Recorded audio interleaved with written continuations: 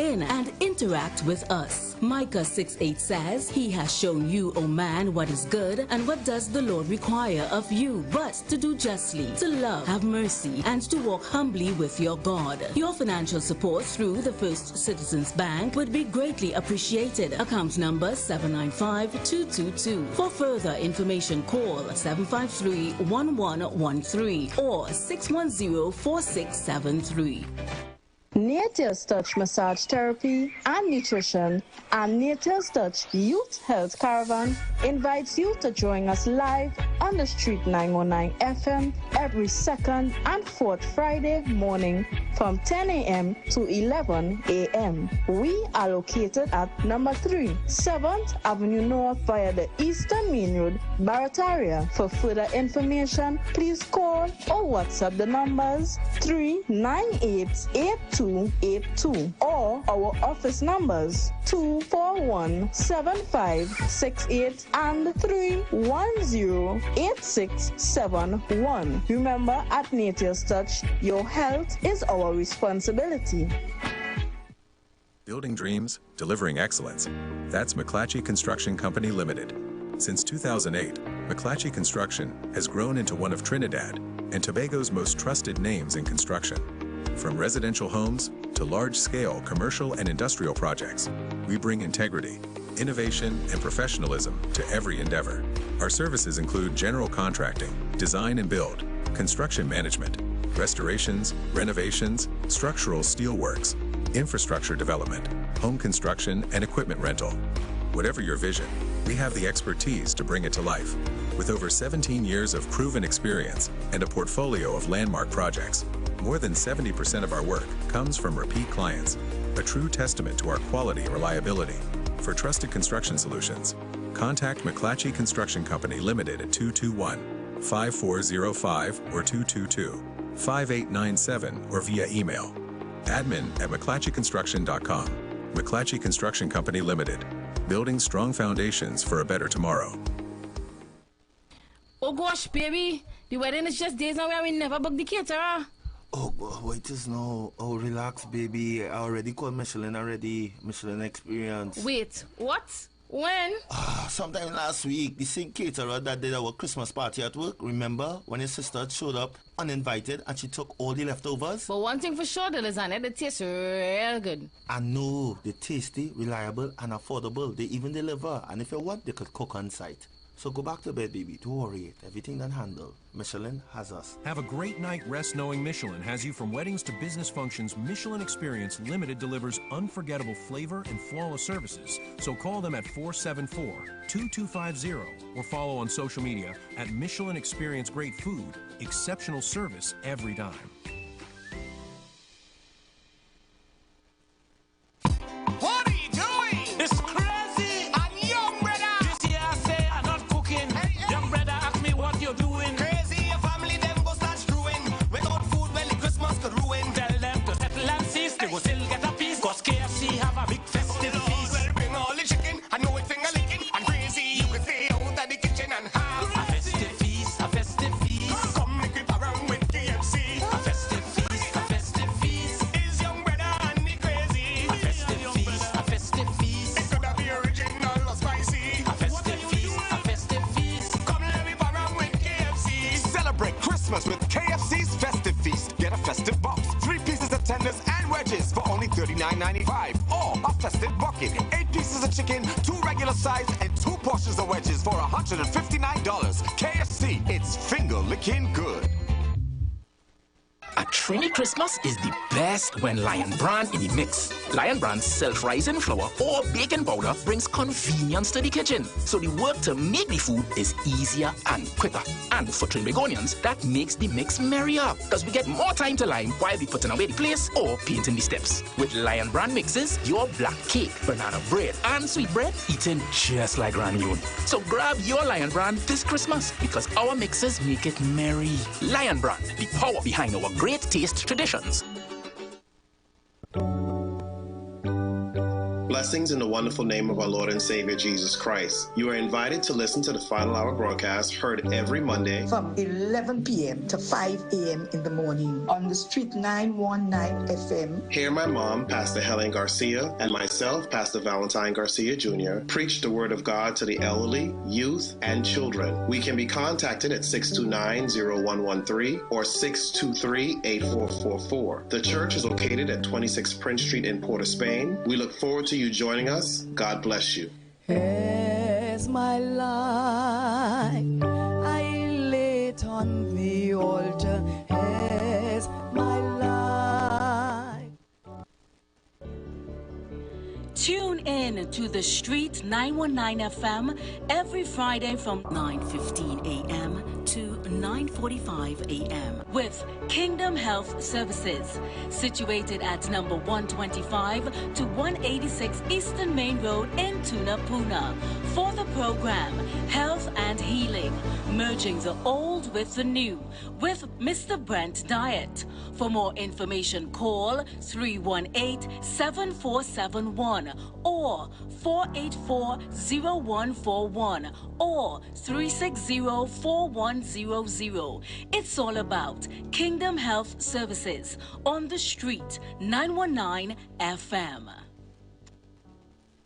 The Embassy Yacht is back and ready to transform your events into unforgettable experiences. Launched from Kings Wharf, San Fernando, the perfect starting point for an epic experience of luxury, music, and celebration on the open water. By booking our vessel, your event will include a house DJ, state-of-the-art sound system, fully stocked bar, dedicated cleaning crew, top-notch security. This isn't just a venue, it's a floating masterpiece designed to make your event the talk of the town. Imagine your guests dancing under the stars, drinks in hand, with breathtaking views of the coastline as your backdrop. From birthdays to corporate events to exclusive parties, the Embassy Yacht offers promoters a unique platform to create unforgettable memories and boost your brand's reputation. Call or WhatsApp 399-5959 or email embassycruises@gmail.com.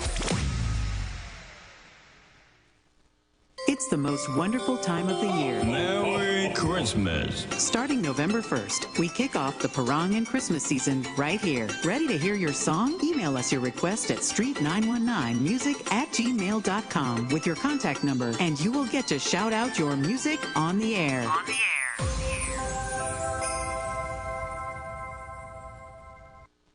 Share the live. Share the live. The Street 919 FM on Facebook and Instagram. Share the live. Iowa George on Instagram. Share the live. Iowa TV and Street TV on YouTube. Share the live. The Street 919 FM. We are back. Ladies and gentlemen, listeners, in your car going up, myself and another one of our umpire, Ms. Simoya Sandiford. Yes. Is here today, and we are dealing with some of the harder questions relative to the PSA's demand and what some may call a spat between the PSA and the CPO. Good evening, caller. Yeah, good evening, Mr. Madison and Mr. Mona. Good afternoon. Yes, I'm following a discussion with respect to this PSA payment, the outstanding debt, so that 10%. And I think everybody, I know, everybody know Insurance Tobago. In fact, the opposition said that the government would not have been able to pay. They have no money. Exactly. And I said, so everybody everybody knows that. And what the government was saying, what the government said, they offered them the 10%. And payment or back payment could be made by way of cash, as you mentioned a while ago, either cash or kind. And I'm saying also that this is not a new phenomenon. It is not unprecedented or uncharted. The fact remains is that government would have to borrow, and it may take the form of bonds. It may take because I think what I heard the former Minister of Finance is saying, one of the things that he raised is that they were going to raise the borrowing limit. There's nothing wrong. He raised the borrowing limit too, right? And the fact remains is that the government this is what you put government in office for. You have to find creative ways and means of dealing with economic problems, social problems, and you name it.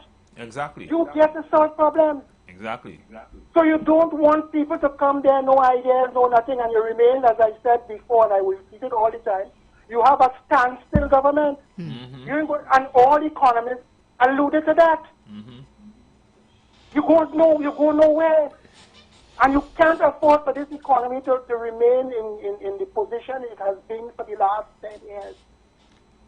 And the fact remains, not all economists think the same way. They have different perspectives, different approaches in terms of dealing with economic problems, economic issues. And therefore, if IMBET couldn't deal with it, it doesn't mean to say that there's nobody else in Trinidad to deal with the problem. You go by a mechanic, you fix your car, one would tell you, well, look, you need to do so and so, and another one would tell you this, because they see things differently. But the issue, the major issue, primary issue, is to solve the problem.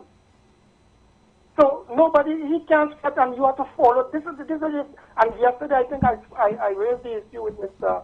Ronox with respect to policy, be it no with you, I think, with respect to policy, foreign policy. But policy is not static.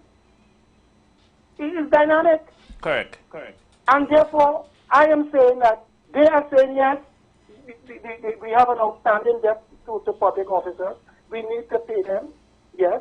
You say we don't, everybody agree that the economy is in a bad shape, right?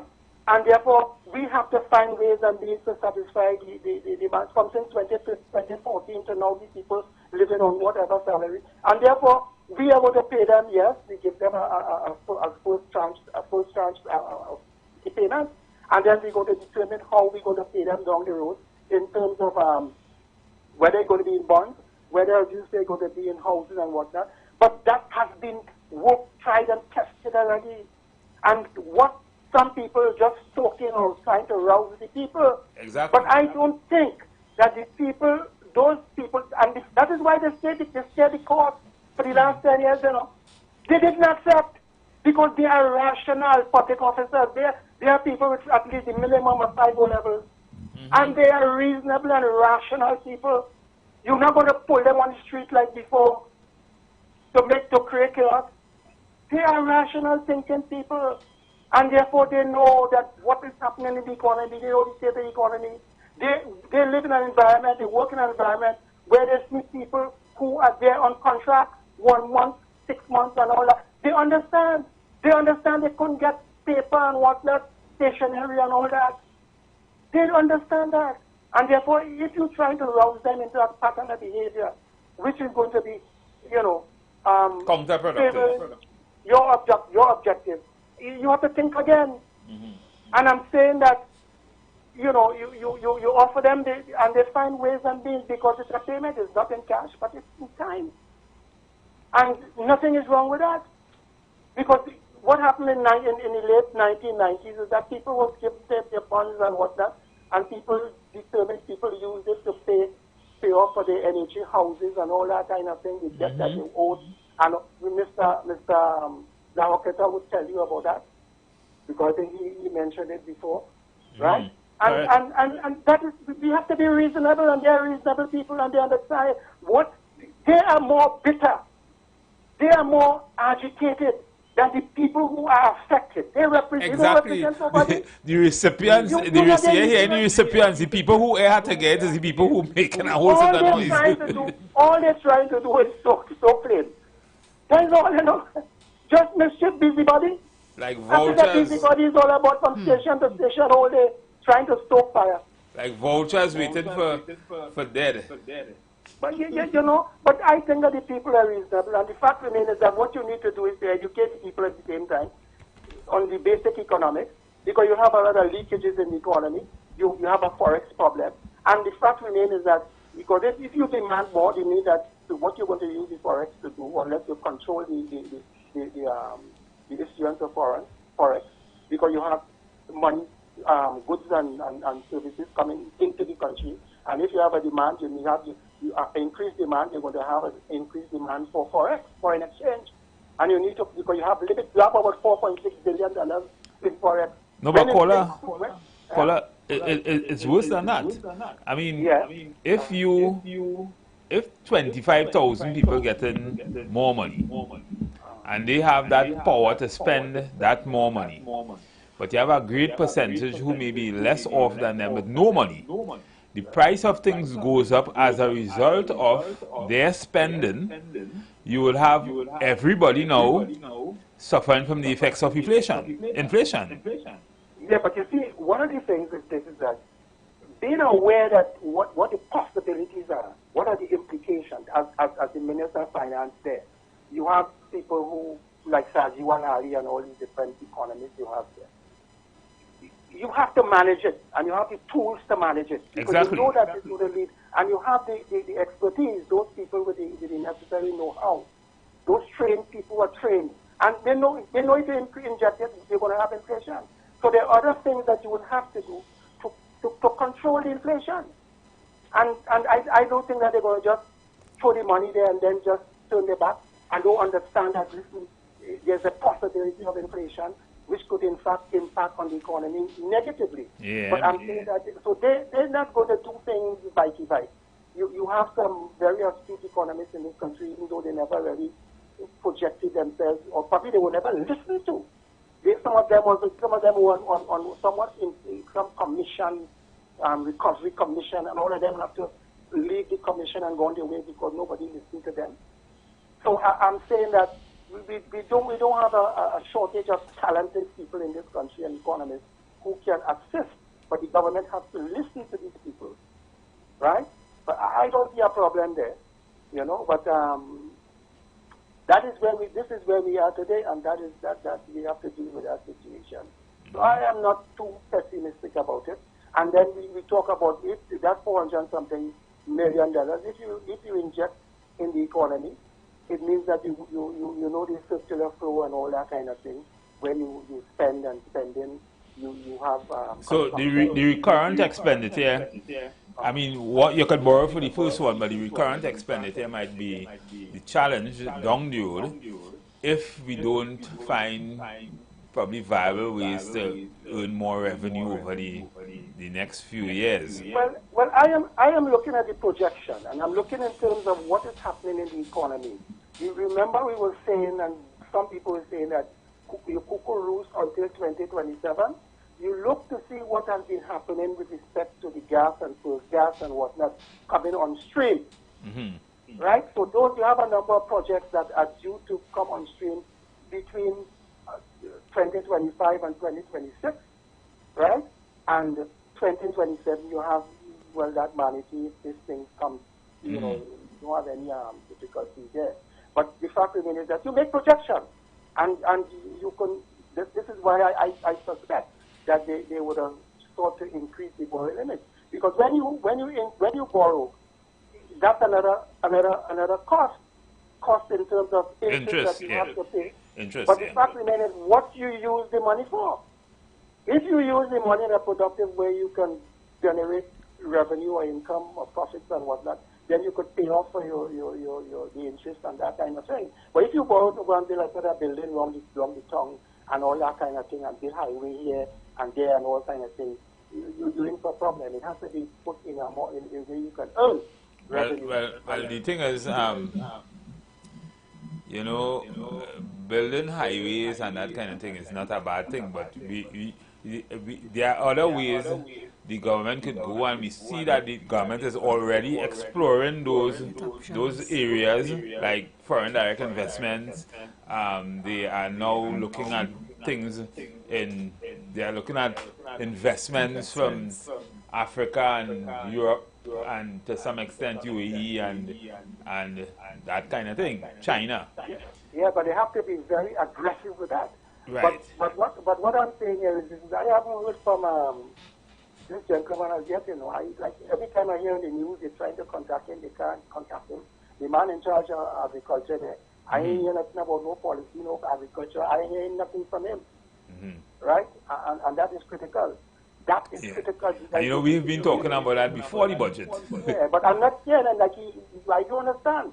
Yeah. You have to come out and face the public, man. Let people know what is happening. Correct. Because we can't continue to run an economy in terms of looking at agriculture, of just paying people subsidies and paying people money when you have floods and all that kind of thing. You have to go beyond that. 10 years or more that we have, you know, we have to move away from that. I heard you made a point, an issue with respect to this, or you spoke with respect to that money that the previous government took for themselves and other members of the parliament. Yeah. And I am saying yes, whereas you say that it may not have had that, but in fact you have to lead from in front. How do you establish, how do you build a fair, right, and a more equitable society? Right, and this is why I did say that how it look could be a concern. Yeah, but that is it. Because when Robinson and those people took office and they called on people to take the 10% cut on the cola, they cut in the salary too.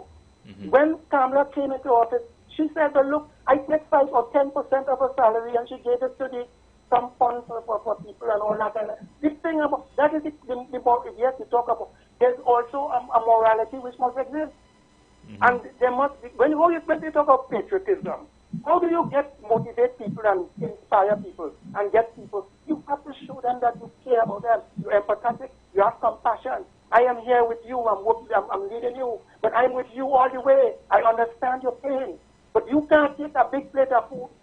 And this thing come back from. I could remember as a young man when you hear your father having lunch. He is a big chicken leg and all that kind of thing. And other people eating piece and that and all that. And that is the mentality. You have some people who are bigger, who are seen as being more important than others. But in real society, that can happen in Barbados, that can happen in Jamaica, that can happen all this, and then can take 47% and go their way and tell public servants and tell other people that they don't know increase in salary. And if in fact you pay you this, you go lost your work, and they just take the money and go on with it, that can happen. That would happen in London with Sama and these people. The people in the NHS and all that. Only in Trinidad. All right, thank you, Mr. Okay, thank you. So, Simoya, you hear what the issues are. You know,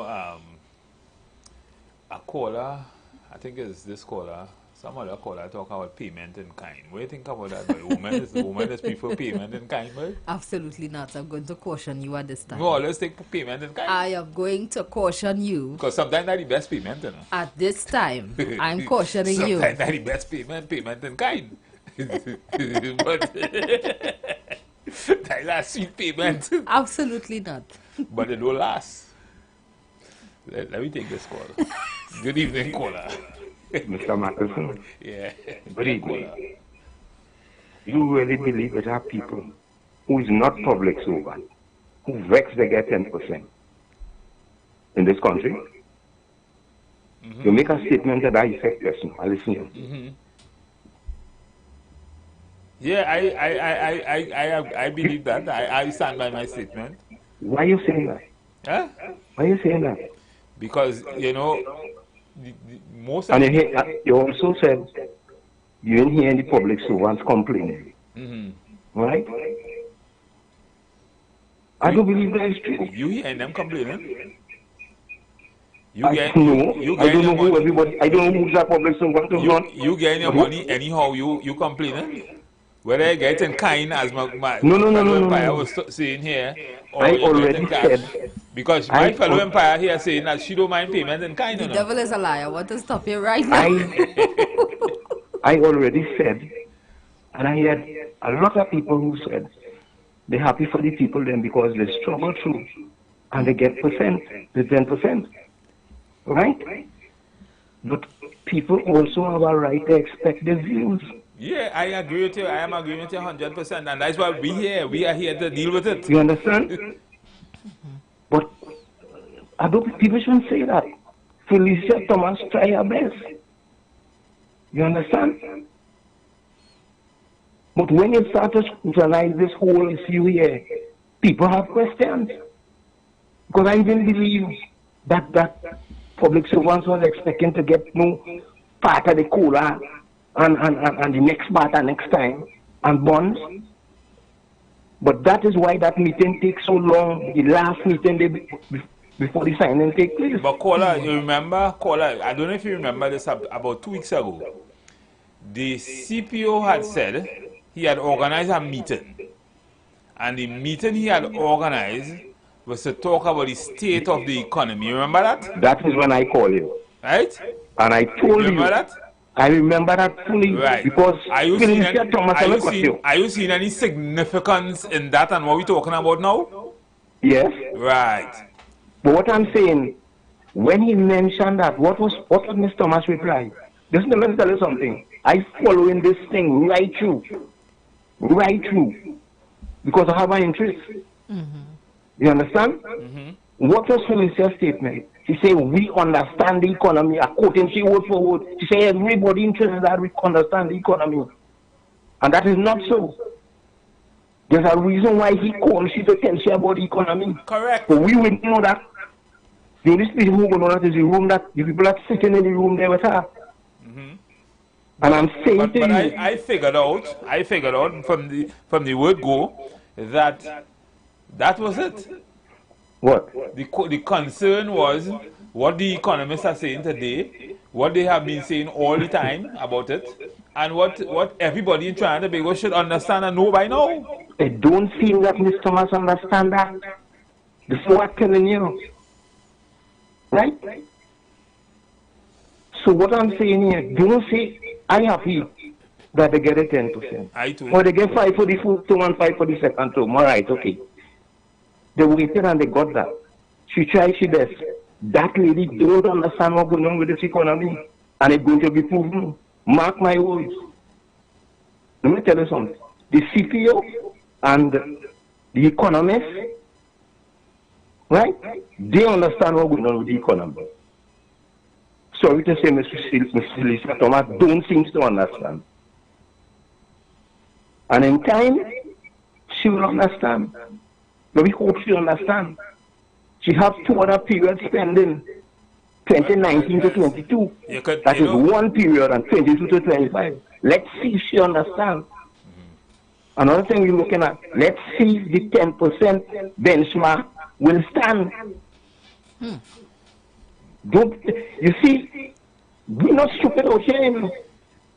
We're following what's happening.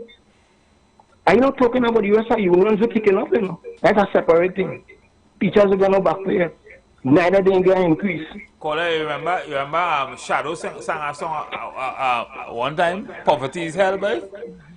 Mr. Harrison, you remember that song? When you say you dream I want to start money in your pocket and money in your ants?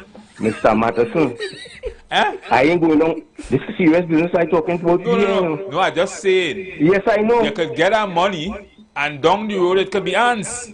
Because Shadow, Stalin always say, sufferers, they make say about them suffering, you remember? He saying that too. So what I'm saying to you, the more Miss Felicia Thomas understand the economy, and I hope she do, she will understand what happening. Okay? Yes. Right now, she don't understand. You understand more than she. Because you mentioned the other evening that you was in some negotiation. And I do this all the time, sir. Okay. You would sign a negotiation, sign off on a negotiation if it's not complete. Didn't they all say that last night? You say it's incomplete and they have things to talk about in the new year. The only thing I believe they have to talk about is the next period. I thought so. Agone. Thank you. Thank you, caller. No, but listen, I mean, let's be real. If you get this money and it has a negative effect on the economy, the negative effect will translate into the money, the value of the money you have in your hand being nothing. Yeah. That's what I'm saying. Let's take this call. Good evening, caller. Good afternoon. Good afternoon. Good afternoon. Yeah, Salawakata, the match referee. Let me say good evening to good afternoon to our square leg umpire there. Good afternoon. Mr. Matheson, and Mr. Matheson behind the storms officiating. Yes. All right. So this topic, here now, man. This topic is I don't know when it will end with this wage negotiation. Right? No, because for me, I reach what they call carrying capacity now. Carrying capacity means I had enough for that. And that is a term from Arthur Lewis, where he said agriculture, there's no more land for agriculture again. So the islands, the Caribbean islands, they have to do industrialization by habitation. Yeah. And so that concept, that term, right? Now, the thing about the bonds, I think it was during the term of Mr. Panley, where he was there from 1995. The bonds was, that was after the N.R. Robinson administration. But as long as Panley came in and Mr. Humphrey, they decided, well, yeah, public servants are finding too much. So, because remember, I lost COLA and lost 10% of your salary at that time. Right? So they agreed to give employees bonds. I got bonds. I ain't buy a Paradise Plum. I don't know if the female umpire knows what a Paradise Plum is. Right? I ain't buy a Paradise Plum. Yes, I took all the money. And I went. I just delivered. To the NHA at the time, because I was waiting for here where I'm living. Yeah. So we have to understand, right, that back pay traditionally, and that's why I say I reach carrying capacity. Back pay was always intertwined, or collective agreement and back pay too was intertwined to the politics of the day.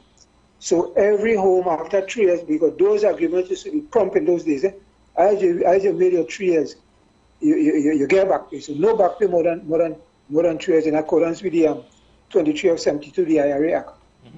Right? So people now, especially the daily paid workers, monthly paid workers in the government, they were given that as a kind of, I don't want to call it a psychic income, but a kind of income now to have everybody spend a Merry Christmas. Since Christmas was a big, one of the biggest traditions in Trinidad and I think Tobago too. So every household, people could have buy extra cooking, extra drinks, extra food, children getting toys, and in those years of Christmas you get an apples and things, right? And we could give somebody something. So we have to understand that. So this is what people talking about. I keep saying people have legitimate expectations for a back pay in the Christmas season. Right? We have to learn to understand. I don't know who have the economy, so nobody can tell me how the economy comes to for the past 8-9 years, because I'm a victim of the economy too. But the thing is, this government trying their best, and we have to understand that this is not an easy situation when people get a cent from since 2014 coming down the road. Correct. People retire on 2014 compensation, 15, 16, some people retired in all those years. Up to today, people retiring. Right? And we have to look at all these issues. Another thing, public servants are people who sacrifice. Some of them, they expend money to educate themselves. And people cannot be living after you expend yourself and try to better yourself, as they say. You to be living on that, your friend who live on parents are not below water. Because you and he in the same certification. Right? Same certification. So we have to do a whole set of things, right? And this thing where union is a solidarity organization, where these people jump, they take 4, who take 5, and now everybody want 10%. Right? Nowhere in the IRA says so, in the Australian access, so you get what you settle for. Correct. Right? It's no envy in that, right? Whatever you settle for, you sign up for it and you go until the next collective bargaining process starts again. Right? So all these things we have to understand, right? It's a sort of envy and jealousy. That what this collective agreement comes through. A sort of envy and jealousy. Right? And who watching who again? It's funny that you hear any other unions now having a problem with the fact that the PSA getting that and they're not getting they anything. to some extent expecting the police something service else. was saying that as well. And Where's I their find that to be percentage? unfortunate. Go and negotiate. I mean, you have the right to negotiate. I mean, as caller saying, you have the right to negotiate. Right? What I want to say, a closing, what I want to say is that every civil servant getting qualified for back pay, whether you're in a membership of the PSA or not, right? You're entitled for the same compensation package. Correct. Right? So all these things we have to... although you have something called the agency shop, but you're entitled to it. Yeah, you're entitled to it. Right? So everybody, as they say in Patwa, tooth moon, everybody, But I hope that we clarify this thing, and I want to say that collective agreement is done in camera, and I find too much exposure coming out in the press now, or the media now, especially one or two media in particular, because everybody want to make this collective agreement a political tool, right? And that's why I understand. I reach carrying capacity with this thing, right? So thanks, and I'll be listening as the evening go on. Thank you. Thank you. Right, Mr. Max? Yeah, thank you. Good. Yeah. So that is the issue. Let me take caller. Good evening. Caller, turn down your radio. Listen to us on the phone, please. Yeah. Glory down. Let's see if I'm sure to think what is what I'm hearing and what I think and all the rest of it. Since 19, how long, why the ABC say, respect the way I might speak. Either ABC. So, but since 19, how long I just come in this thing, and the bottom line is that taxes will go up, you have to expect prices going up. If you don't look sharp, just now you're a lot of sharp offense, a lot of vehicular traffic offense and things going to go up. You might hear that people, well, it was always said, if I become more upfront when I know that people keeping from the houses untidy and sell charges for that. You might hear we start charging people for the time more often than we used to. We have to make money, and that's what it boils down to. That's what it boils down to, my friend. Everybody wants. You see this attitude, Christmas coming, and I think I might buy. I don't mind what you say, and you say, take me to go for the Christmas. You need to plan work and work and plan. This thing is no longer like what we were just preaching over that. We need to be careful enough. It's about being responsible. Being responsible. How we spend money. That is very, very important. Everybody saying, yeah, we gain a lot of money, everything, but don't invest. We invest some money and utilize that money wisely. And we go see where Bali goes. Everybody expecting that, okay, that's a day that come in. Let me just get things easier. I say, my friend, let's do simple for planning your work and working your plan. Planning your work and working your plan, my brother. There are people coming in this country and say, oh, what a news for the country. Plenty work. And I have some of you being in here saying, boy, Tesha, boy, China, work, boy. That's hard, boy. You feel these government officials and not seeing how we came to them, how we having a good time. Say them so that they not see that we are having a good time, my friend. And all the Tesha we volunteer. You don't find that nothing with pressure here. When I watch the news, I just seen some country, people have it right. I'm seeing that people priorities not in order, and as a result, by some of us have a real challenging time ahead of us. Nocturnal listening, I think. Okay, thank you. Strange, this caller said something. Certain things will raise, and he mentioned traffic offenses and that kind of thing. But we take this caller after that. We'll talk about that. Good evening, caller. Caller, good evening. Hello, good afternoon. Hi, good evening, Mr. Marcus. Yeah, good evening.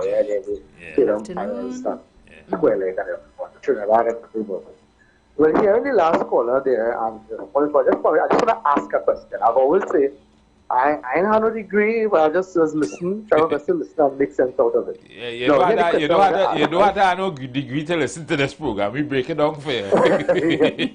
Yeah. So here's the question I want to ask, right? Now, I'll make a quick point. You have a car. You will not wait until your car reaches a derelict state to try to fix it, because that means, to me, you'll have to spend more money. Correct. Right. So if it is you pay the 500 a pair, 200 to put on, and you could put out the 700, do it quick. So that when you have to do the major work, you don't have to borrow so much, you don't have to find that X amount. So my question is, why is it that, to me, at age 51, over the years, whether PNM, whether UNC, and I was 12 years in 1986 when we did in the time. So I say, why does the unions and the relevant authorities just wait, let all this collective bargaining and them back up on you and now try to settle? And when you do settle now, you have a fund load to pay out, and then there's an issue to pay out. Where's the proper management? Well, that is my question. I mean, the reason why the negotiation wasn't settled is not only because of the trade union. It has also to do with the government. The government of the day. Okay,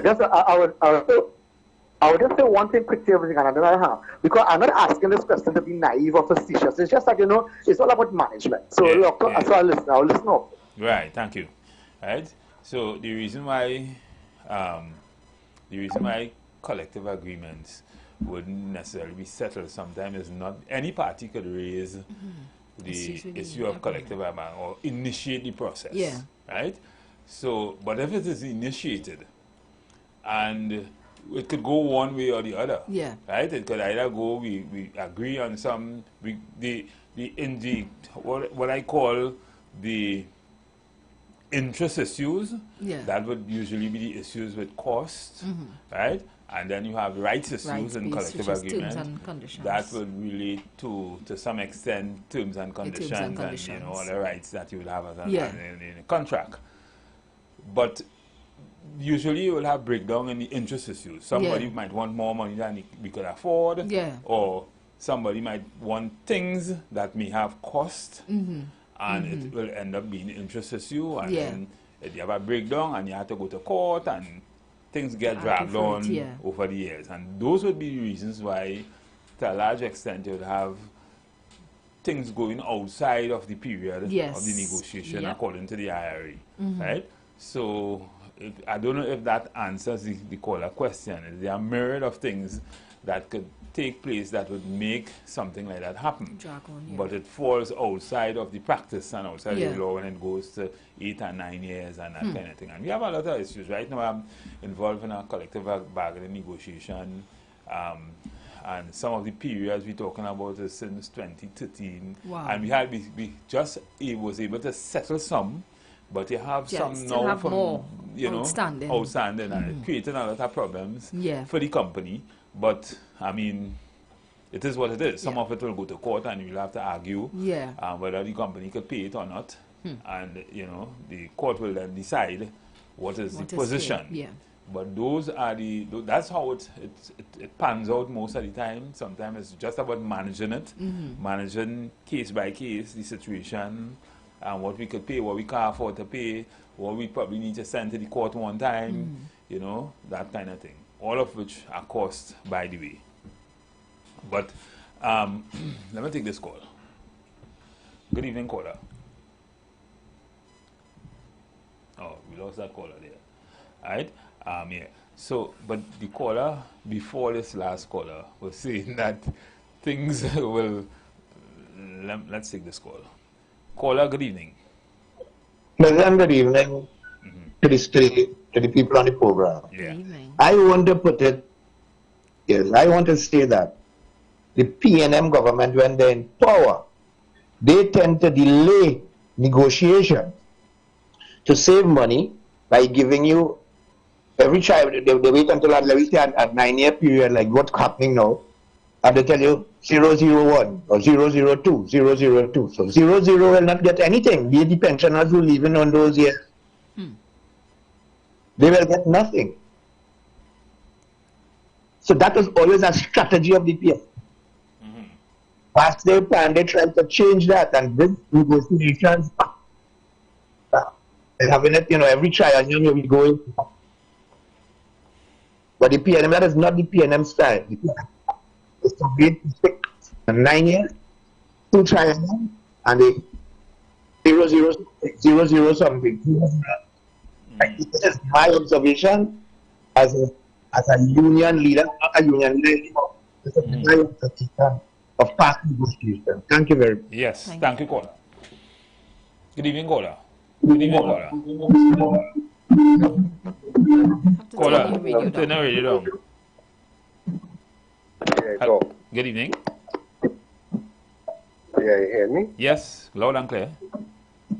Right. So I said, I'm going to pick up where we left off. I'm not making light of the significance of the big size compared to the small size in terms of numbers as it relates to the increases for the public service. Right. We were talking about the responsibility with the acceptance of the SRC.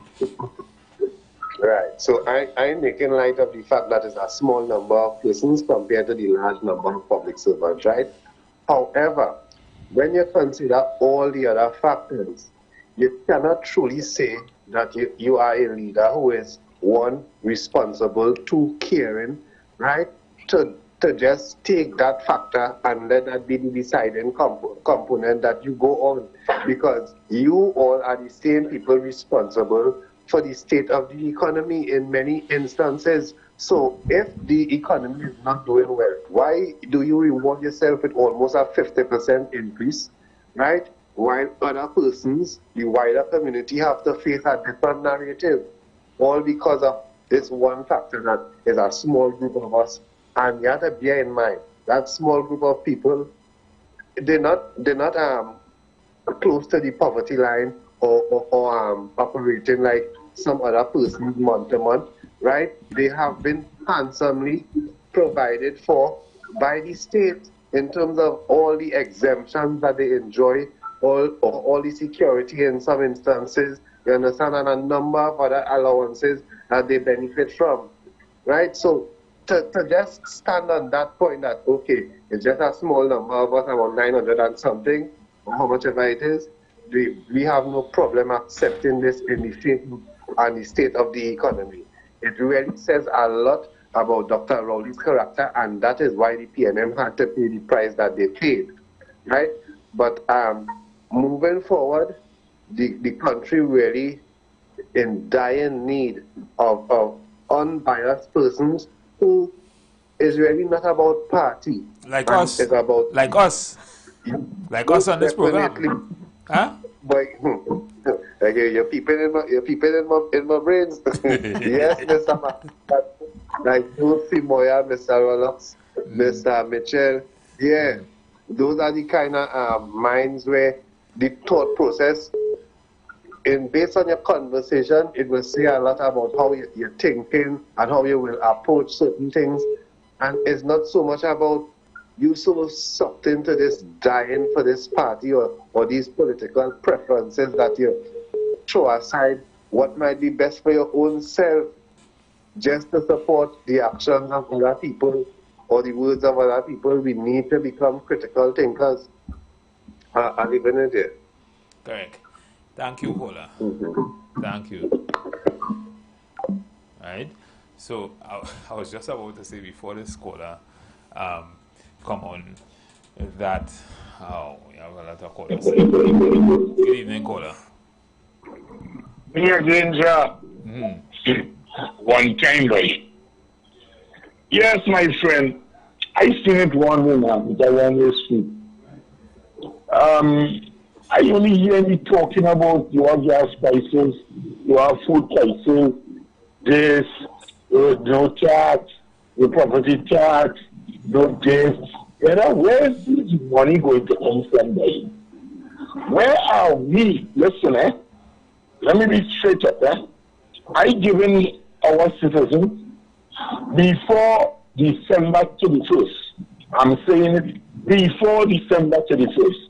You're going to hear we motorists are lining up to pay more money for this, to pay more money by license office for that, to pay to keep in front of the yard thing, to pay in case we don't keep a drainage thing.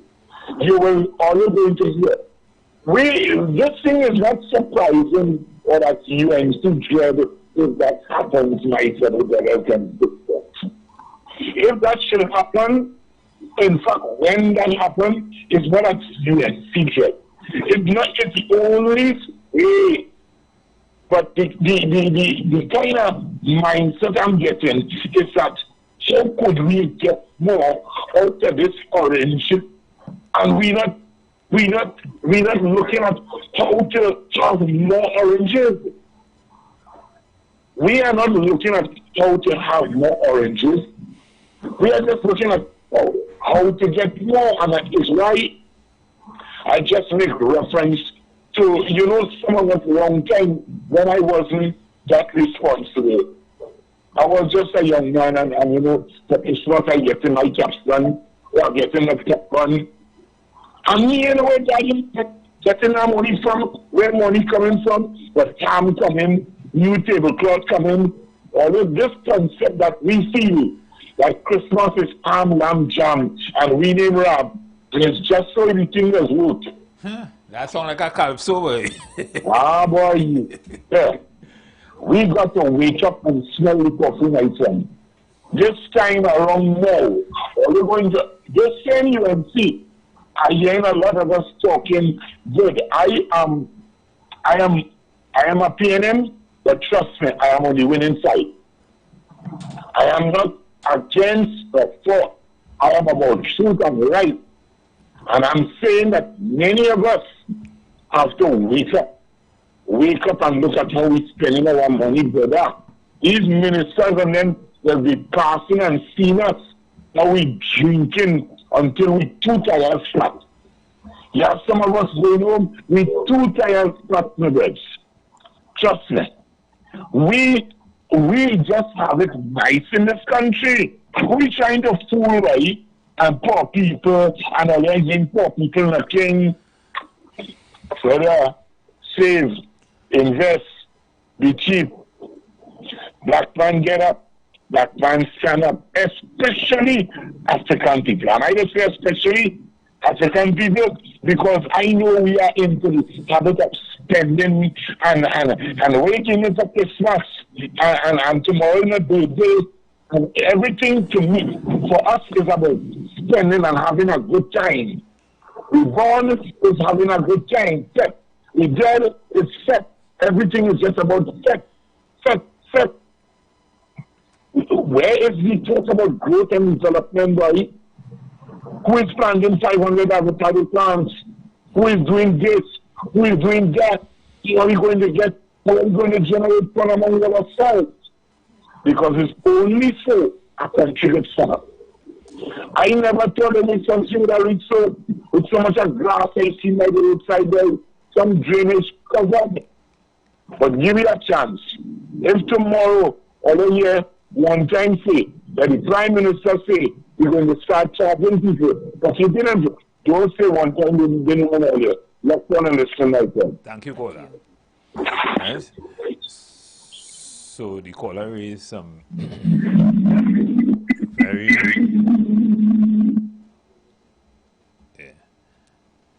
the caller raised some very, in all what he said he said some things that are very critical to our understanding. Yeah.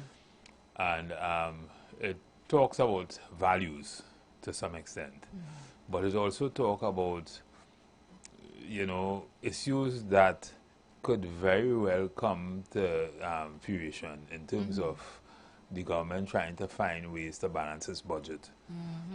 And we will talk about that in the next hour, because I was one of them who had a serious problem with how it was implemented and how it was used on the last administration. And if that is the way we're going, I have a problem with that. But we will talk about that on the next or the last hour. Certainly, there are a number of issues in understanding and people understanding the realities that we are faced with, what has to happen, how it could be implemented. And I don't know, it's probably an emotional thing, a woman thing. What do you think? Let me take this caller. I see a new caller here. Good evening, caller. I got a caller. I only have one thing to say. PNM don't take long to remove the person. They come on the platform and they come back home. They come back home, you know. Thank you very much. Yeah. So, you know, we had to start thinking as a public, as a people. We have to, there are a lot of people who are on the breadline. Of course. A lot of people who will be affected by some of the decisions that are made. Whether it be your spending, how you spend, you know, that even kind of thing. Penalties. A lot of people who will be will attract certain kind of people. Yeah. A lot of things. I mean, say what you want. Poverty sometimes have a direct relationship with crime. Absolutely. Right? So the thing is, the criminologists who say, or the sociologists who say otherwise, they certainly they're not reading the news. They don't understand today, somebody broke into a guy's car and stole the eggs. Yeah. So I mean, it's a situation of hunger now. Well, if you leave eggs in your car, he must still to eat it one time because them eggs will cook. But the reality is that is how far it's going. What I'm saying is, yes, you hear more hideous kind of weird kind of what we call criminal activities, but you hear more weird things happening every day. But it has a direct relationship, a correlation. To the situation that people. So what the government will have to try to do is to try to level the playing field, get more people, at least parallel thing in people mouth too, you know. And I think the government is trying very, very hard to do that, right? But at the same time, do it in a structured way. So I am not disagreeing with the disbandment or the restructuring of URP and CPEP and that kind of thing, because to me it was money, but I wasn't seeing productivity. CPEP, yes, I was seeing something, but some of the other programs, the closing of HTC and those persons who are contract. All those things require certain, the HTC in particular, they kind of like they are mini WASA. But then even across the public sector, you're seeing where people are going on 3-month contract and the contract not renewing at all. Right. So all these things, and the government talk about that. The Prime Minister spoke about those things. But all those things are things that will affect the economy. And with the right kind of restructure, the right kind of people like yourself and myself and advising in the right ways and that kind of thing, these things can be fixed and addressed. So when we come back, we will talk about some of those things that was raised subliminally by other callers, and we will address that. But in the meanwhile, we are going for a break, and when we come back on the other side of the hour, you can also engage us. You've got bills to pay, and so do we. Let's go pay some bills on the street 919 FM.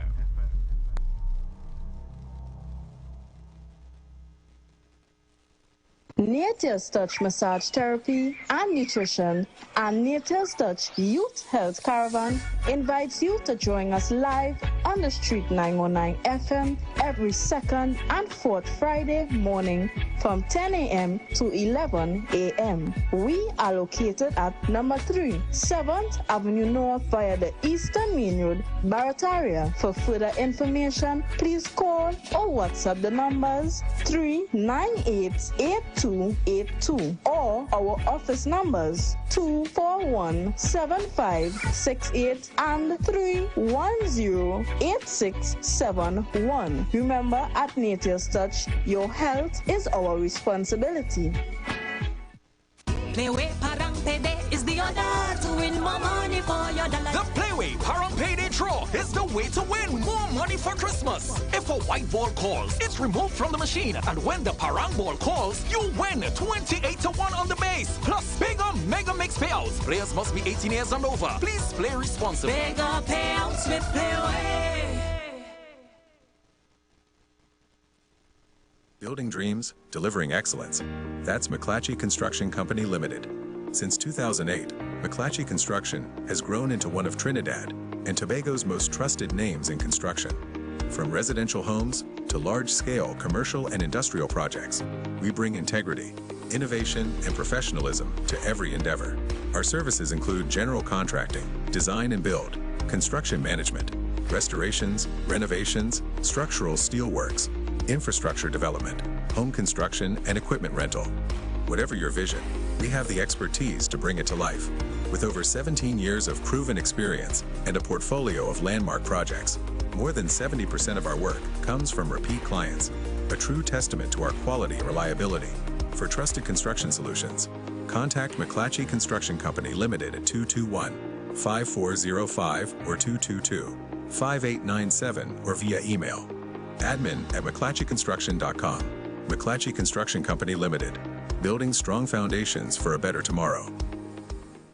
There's some advice when you hear it. You know one time is good advice. My granny tell me a hot cup of good and natural ginger tea first thing in the morning does wonders for the body. Good and natural ginger tea in its single-size packets is excellent for flavoring your cooking, salads and desserts. But what was news for me is when my granny say a hot cup of good and natural ginger tea helps with nasal congestion and colds, stomach problems, migraine headaches, and it's really good for arthritis in the body. Made from freshly crushed ginger root to get that strong ginger taste and aroma so soothing. Good and natural ginger tea available with or without sugar. So all you need is boiling water to get a cup going. As the old people say, don't take flambeau to see in the night what you could see clear in the day. Good and natural ginger tea. Good advice to start your day right. The Gap Man Limited specializes in products that cater to all your health needs. The Male Enhancement Package targets the areas of the body that contribute to erectile dysfunction. The Male Enhancement costs $1,400. The Gap pills are priced at 250 pills for $500 and 500 pills for just $900. For the best in eye care, get the super combination of a Super Bright and the Body Healer. To improve the heart's function and circulation, get the Gap pills and Formula C. To get a total body cleanse daily, use the Gap Body Healer and Big C, all for a super low price of $1,300. To order your products from the Gap Man Limited, call 628-4531 for products that cater to all your health needs. For more info, contact 476-7268. Hi there. I'm Lester Suklal, inviting you to join me on the first, second, and third Saturday, 8:30 p.m. to 11 p.m. for the program Slow Gospel Music, and on the fourth and fifth Saturday from 8:30 p.m. for an extended version of Slow Gospel Music on Street 91.9 FM. It's the most wonderful time of the year. Merry Christmas. Starting November 1st, we kick off the Parang and Christmas season right here. Ready to hear your song? Email us your request at street919music@gmail.com with your contact number, and you will get to shout out your music on the air.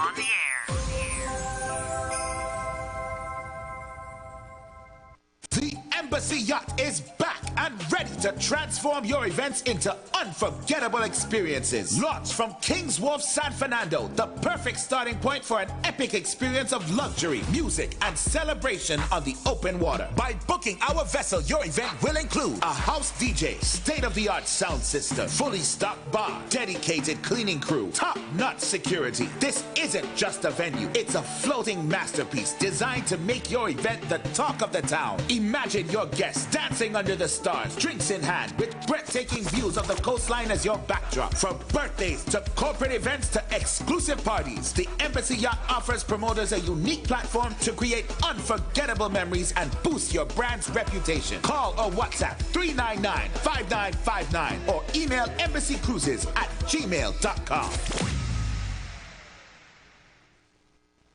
Share the live. Share the live. The Street 919 FM on Facebook and Instagram. Share the live. Iowa George on Instagram. Share the live. Iowa TV and Street TV on YouTube. Share the live. The Street 919 FM.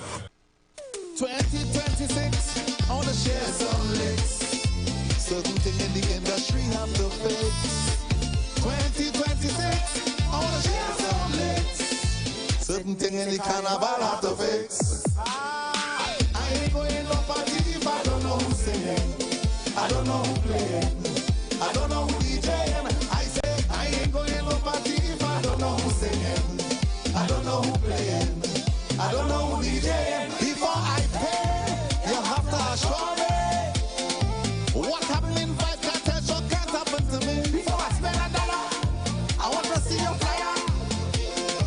Who is the artist contractor? Come and mash up the party. I come here to jump up.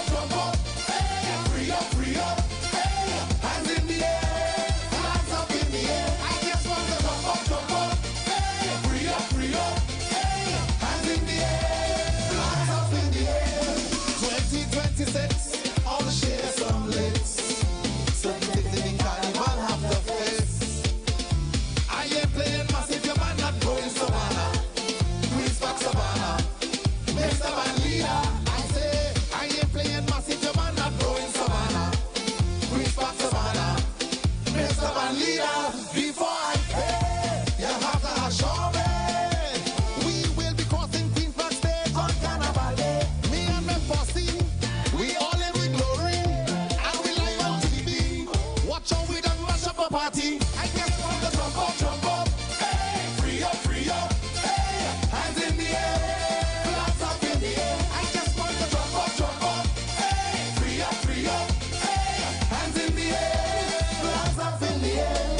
2026, I want to share some licks. Certain thing in the industry have to fix. 2026, I want to share some licks. Certain thing in the Kaiso have to fix. I ain't going no Kaiso tent if you don't have Calypso. Sweet Calypso. On the quartet to go. I say, I ain't going no Kaiso tent if you don't have Calypso. Sweet Calypso. The Al's and Crow. Before I pay, you have to assure me. They will not be singing songs to chase people away. Let's involve the country. How we can make money. How to raise a family. How to live in love and unity. I just want to jump up. Hey, free up. Hey, hands in the air, flags up in the air. Everybody jump up. Hey, free up. Hey, hands in the air, flags up in the air. Yes, callers, we are back. That's a nice tune. No, serious. Share some licks. I must say you want to share some licks for Carnival. I guess you will be in a lot of the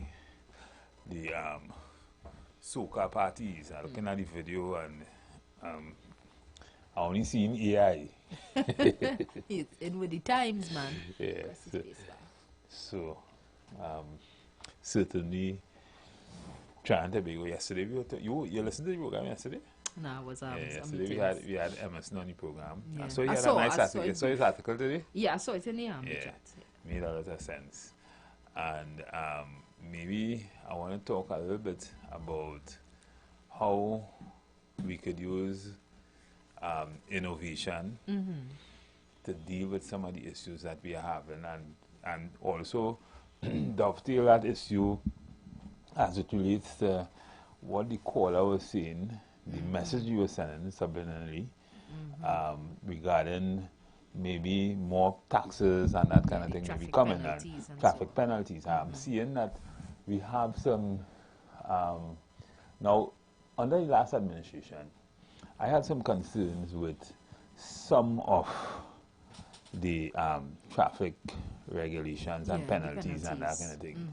Simply because I thought it was really only designed to not necessarily curb behavior, but to raise revenue. Yes. And it came across as that to me.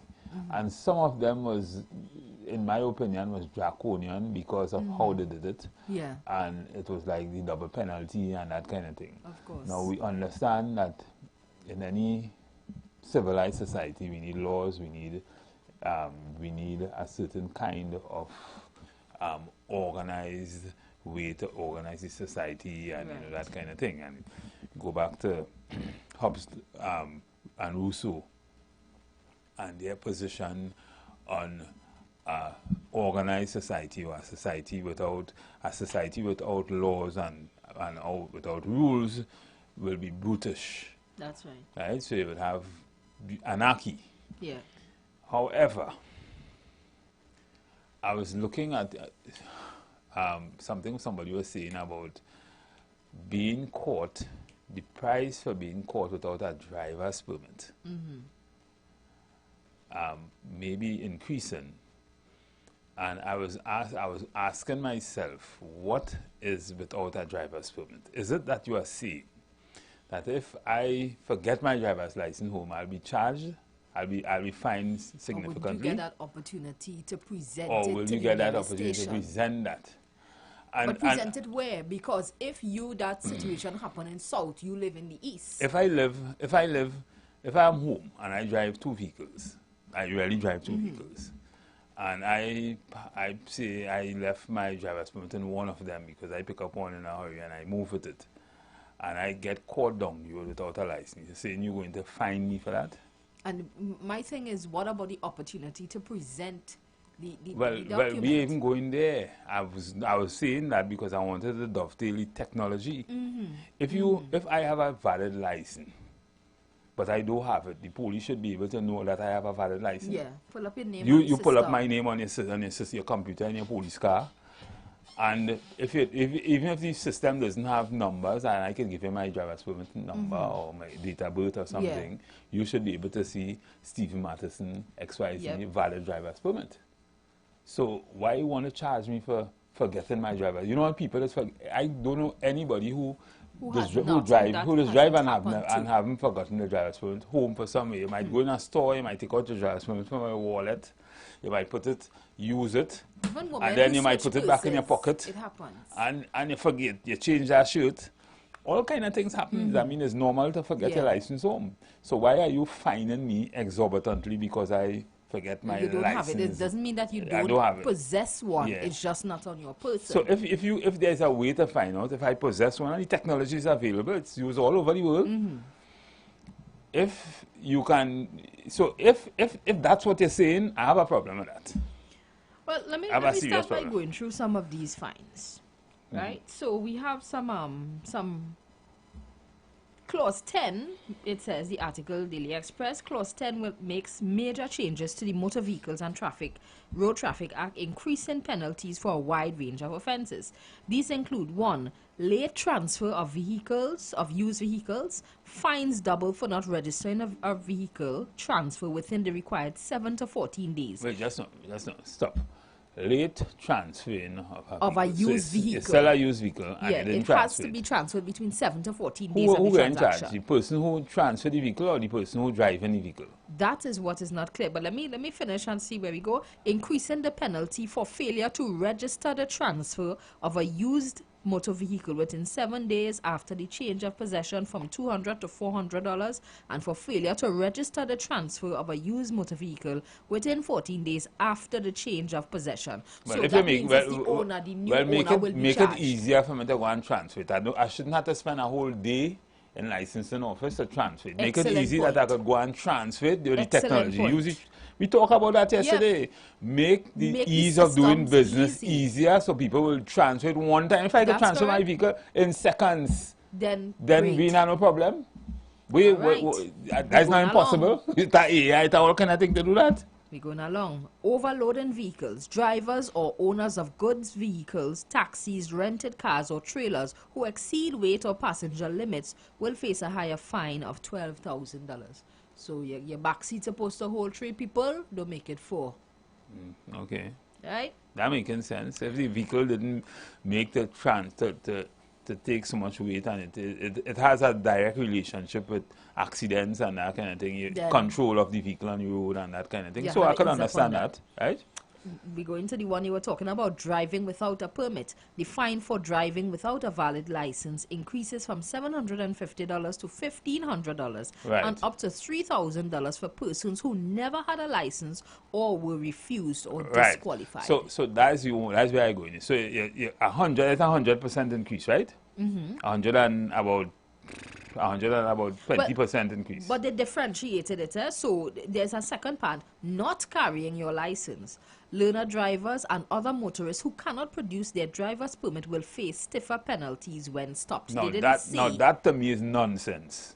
Again, stiffer penalties mean what? Again, that's nonsense. Technology could fix that. Yeah, just pull the person's if I'm not carrying my driver's permit, for whatever reason, that doesn't make me not able to drive. That doesn't make me not able to drive a driver's license, don't drive.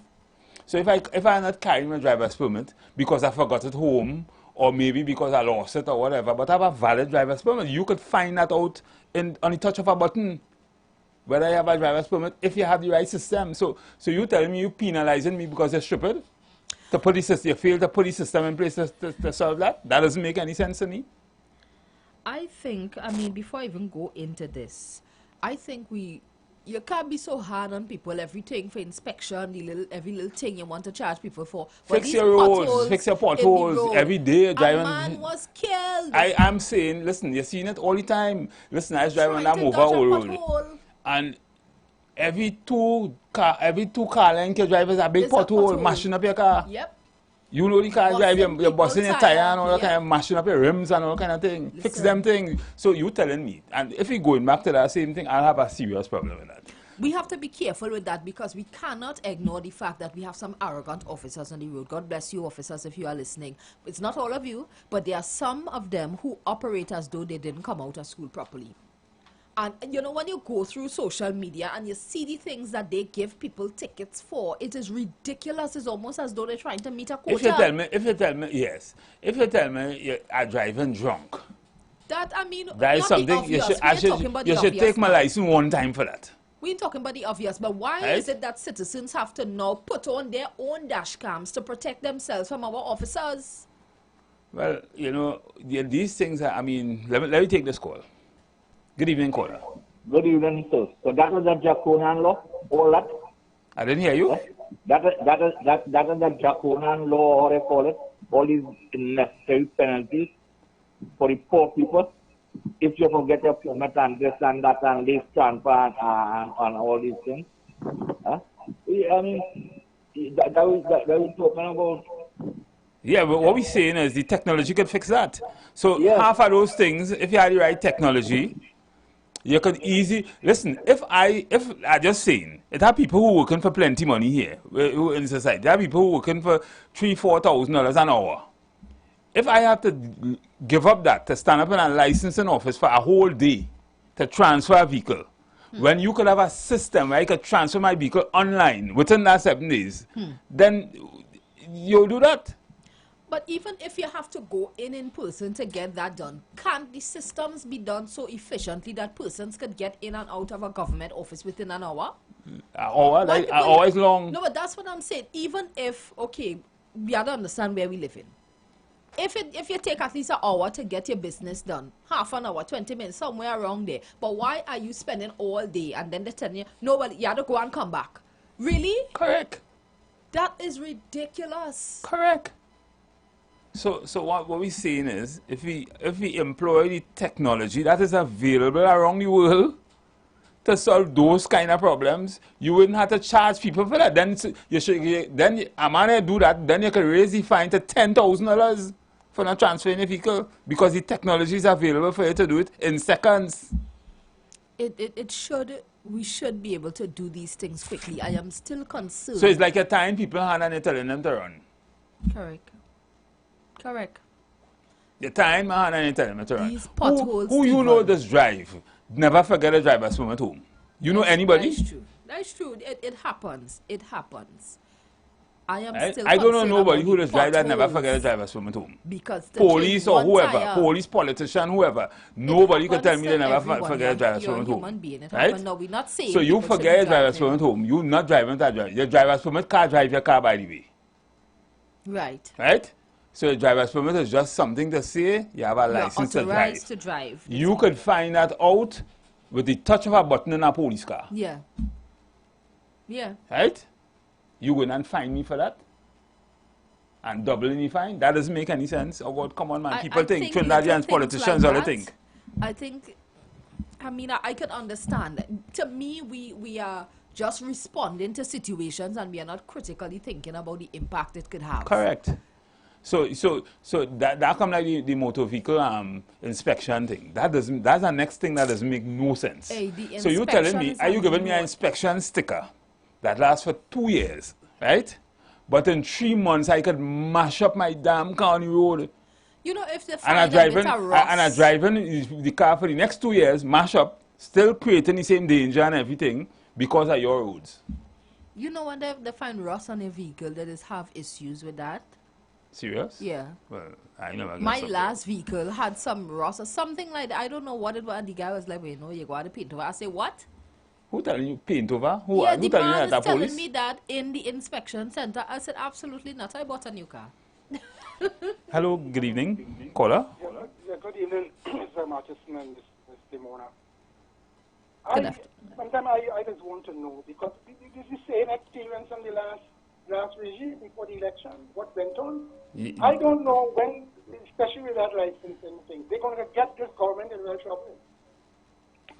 I don't know whether, in fact, they transport those people down there, whether, as you say, whether they're thinking or whether they care or they just want to be punitive. Or they're just looking to raise revenue? Well, I don't know. Revenue for whom? The fact remains is what existed prior. Because the Prime Minister has scrapped she said she was going to either rescind or overturn what happened. And what is the reasoning behind some of those penalties? What is the reasoning? I don't know what is the reasoning. If you say you're going to impose certain things, there must be some reasoning in consideration and reasoning with respect to why you're going to do it, what are the effects, what was not, all these things I don't know. But the point about it is this, is that I think the government needs, unless they allow certain public officials to tie them up. Because you can become it's not very difficult for government to become or lose the goodwill and become very unpopular, And most times, correct. I remember during the last, I think 1986, you had this guy, I make mention of that sometimes, they call him Eugenio Moore. He was at one time head of the public service, but he went with the NAR. And yes, they went to the World Bank and structural adjustment and all that. And the question of privatization. And he was all over the place, telling people about this, to privatize this, privatize prison, privatize that. And in less than no time, the government slipped into a sort of resentment on by the population. You have to be very sensitive to what is taking place. For example, you talk about a man, you don't have the technology, you're not using technology. If you have you forget your eyes, people do forget. Exactly. I don't know nobody who would ever not forget a driver's permit home at some point in time. And then you're looking at that kind of, because you don't have the technology as used in other countries where you can pull out the machine and see whether you have this and you need to deal with that. Exactly. So you will know if my license is valid or not. So I don't know if they want to make public officials head of department, because there's sometimes this is the problem sometimes. You have people who and ministers sometimes. And really and truly, they're not in charge, you know. You have public officials, sometimes in ministries, sometimes a clerk 4, a clerk 3, a administrative officer, AO2, AO4, running the show. They dictating what you must do, tell you do this, do that, do this, the other, and they put it on your desk, and some of them feel they're so happy and you're jolly with Yeah, them. but they don't make regulations. Those things, you know. No, but what I'm saying, I just joined in the wider public service. I just speak about the wider public service. And I'm saying that the transport, the license, the people within licensing, they may have an input into that. This is what I'm saying, because I'm seeing something that is very, they should have, may have had an input in that. No, but I mean, it's basic critical thinking. I mean, you just had to think through things. Yeah, but the point about it is this, is that I believe that the minister, any minister, I ain't talking about the minister, I'm talking about any minister, if you speak with the head of transport division, you have those people at the top, you meet with them, and they may make recommendations as to what, and the permanent secretary as to what, because we want to change so and so and so on. And they came out and they put a draft before you. This is how it's done. They put a draft and the minister now take the draft and he run into parliament to pass things. And I don't know if they go to cabinet. I don't know whether they review the thing properly. But the thing about it, you have to be sensitive to the public opinion and public feelings about certain issues. And that is not going to serve you well. Correct. Because people may not see it as reasonable. What is reasonable? That is the whole thing about it. So they have to be careful with things that they put into effect. Analyze it properly, critically think about it. Because I said it before. When you're a politician, you think like a politician. Mm-hmm. And thinking like a politician, you have to put into the pot. You have to think in terms of what are the implications. Politically, what is the implication?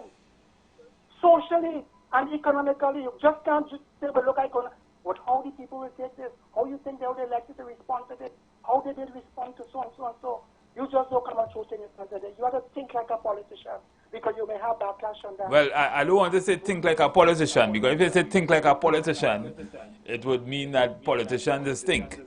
So you have to think like a critical thinking person. Yeah, but when I say think like a, yes, I agree with you. You have to think critically. But the thing about it, if you're a politician and you're not sensitive to the mood of the populace or the electorate, you're not gonna win. You are there to win. You need to maintain your popularity and support.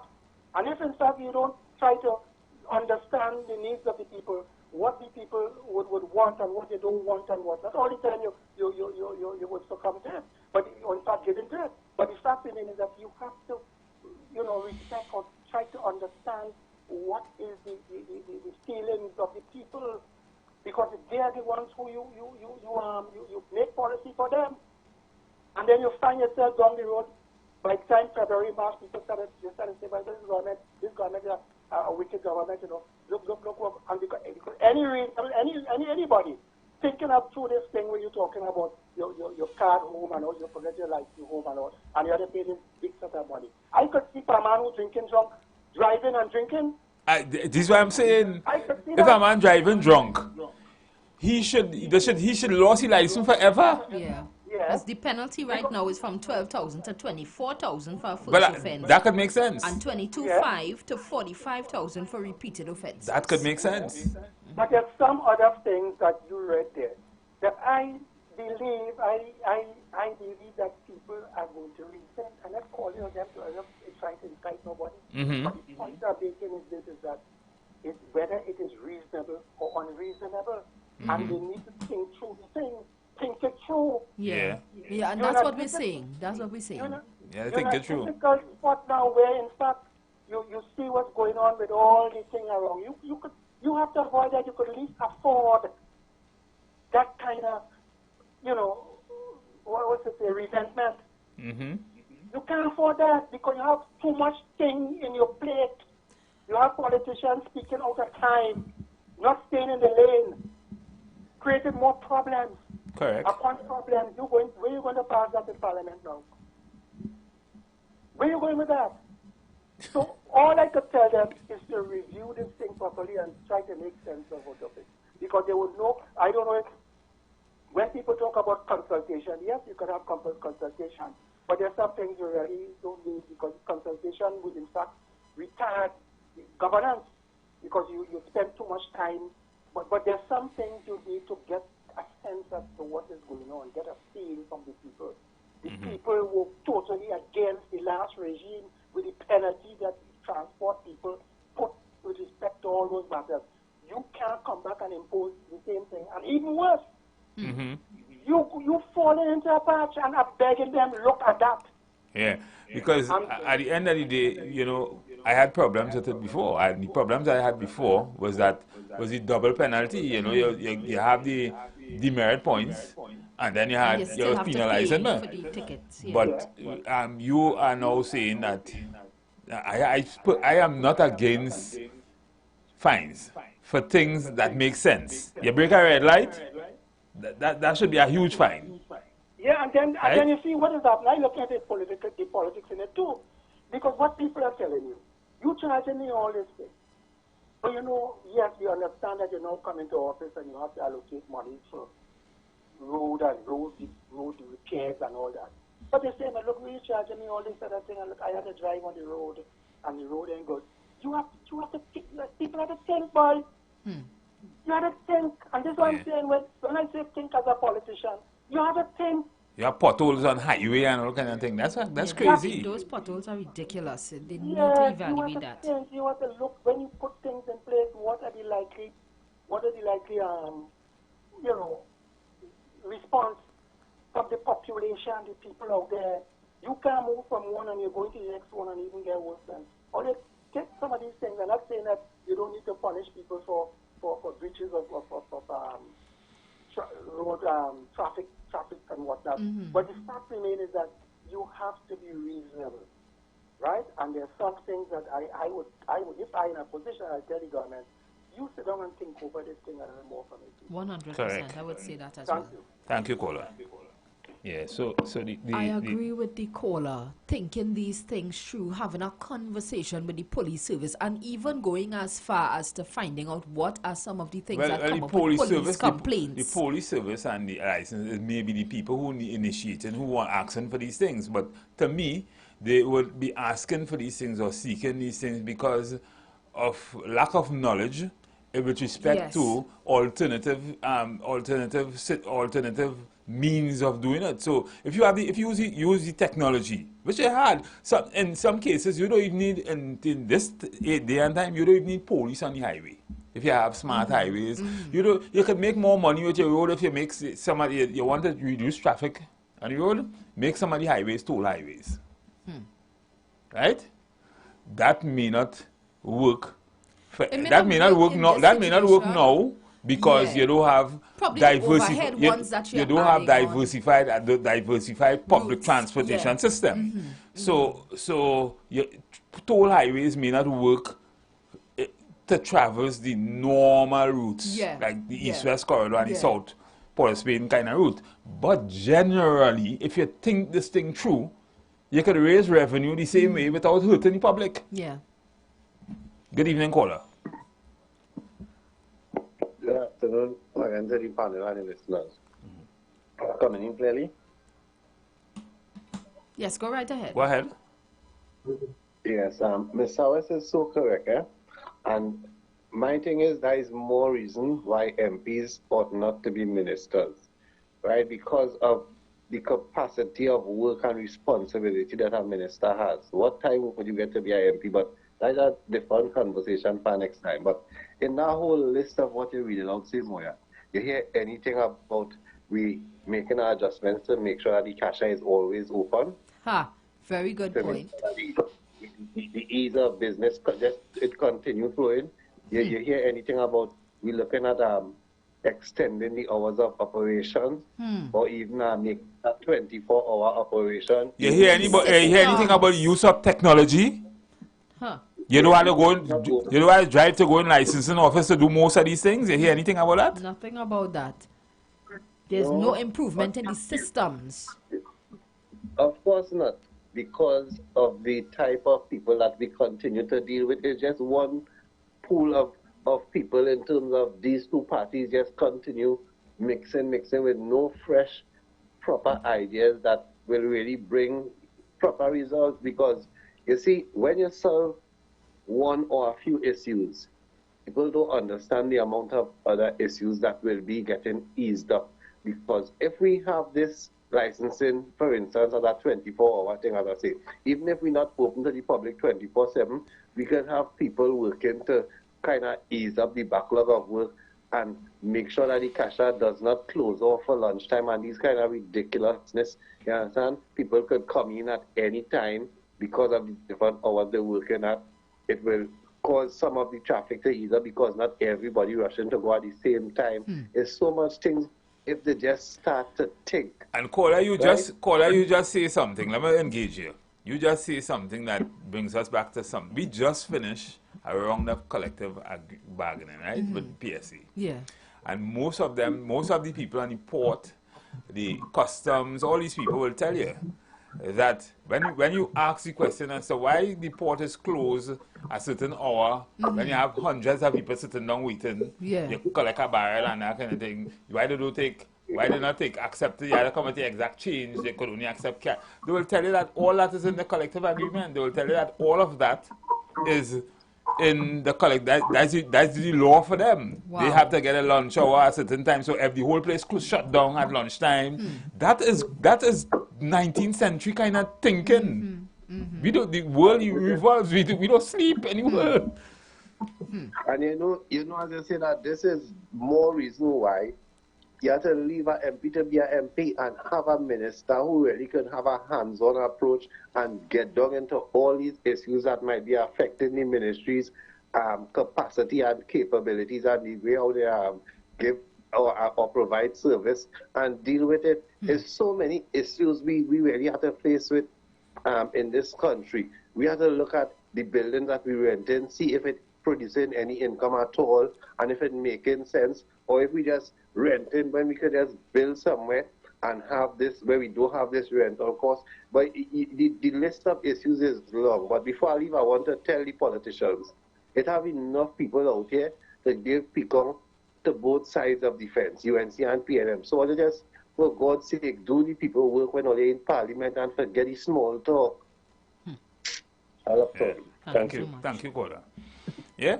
So I mean, if they're going down the same road as the last administration with this road traffic thing, I will have a serious problem.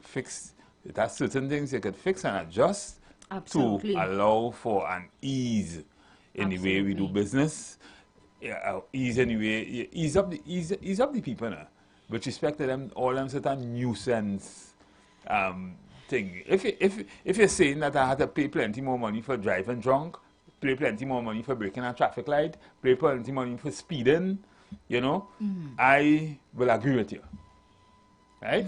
If you probably even raise the speed and the limits on the highways, because most of those highways are built for a limit of 120 kilometers an hour. Rather than 100. Rather than 100. Most of the highways. The new piece that they built from say Port of Spain to UE, that's a 120 kilometers an hour highway, right? The ones down south, further down south, they are 120 kilometers a mile highway. And if you want to talk to people, if you want to know that, talk to people like Ray Furlong and all those kind of guys. They will tell you that. So, but the thing is, if you fix the highways, you create the situation and you raise the taxes for people, you raise the fines for people breaking the lights, you raise the fines for people speeding over 120 to XYZ. I have no problem with that, but all these other kind of nuisance thing that you could fix with technology, I will have a serious problem with it. Right? But you were saying. I find something need to be done for officers who you could clearly see they give somebody a ticket unfairly. If the person... No, but at the court, I mean, the court is always there to deal with that. I have a ticket. But it is so slow. It is so slow. We will talk about that. Let's take this call. Caller. Well, it's me again, sir. One time by taxi driver, one time. I am on the road every day, so the last time I called in and mentioned things about traffic, I was one who wasn't against the demerit point. And you mentioned the double standard, and I then better understand what you were saying, but everybody will have their opinion, which I respect. Everybody will have their opinion about laws and bylaws and traffic laws, and which I respect.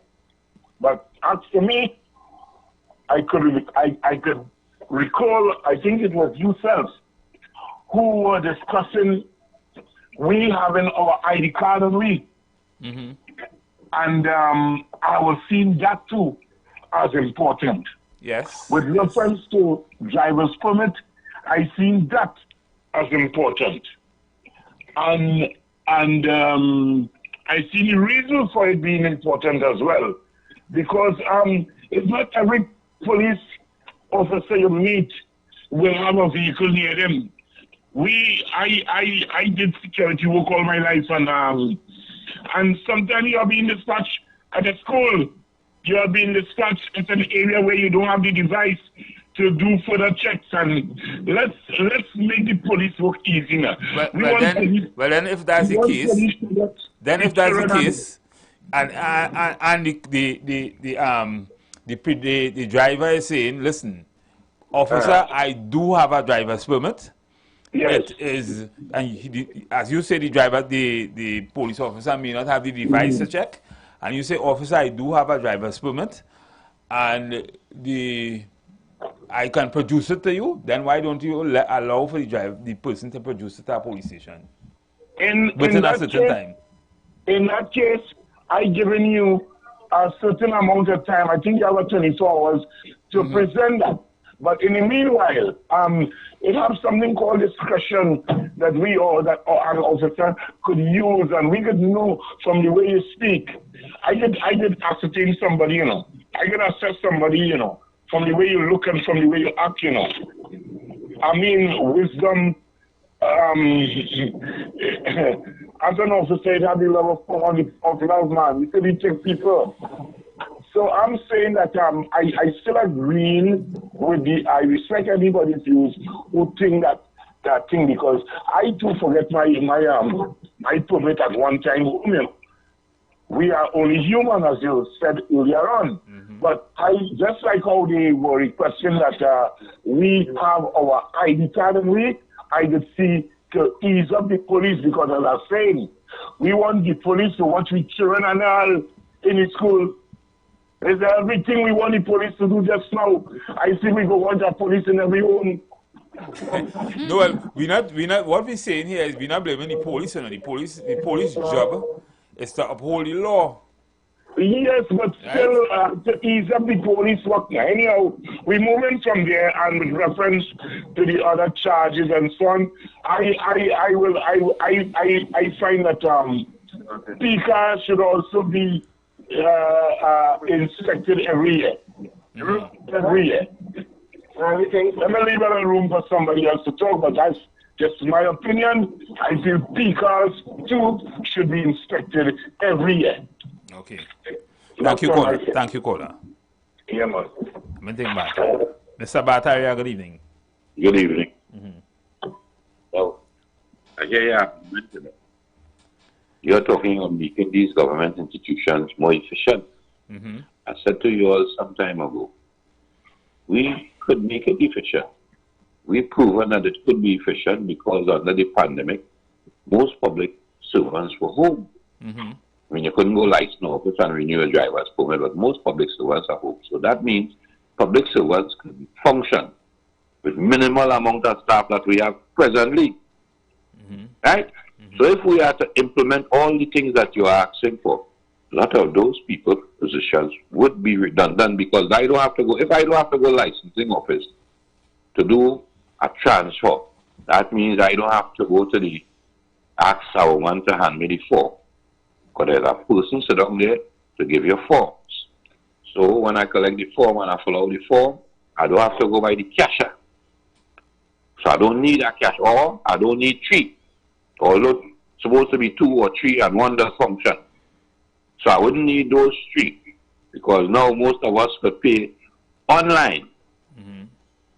And that could be the end result of that.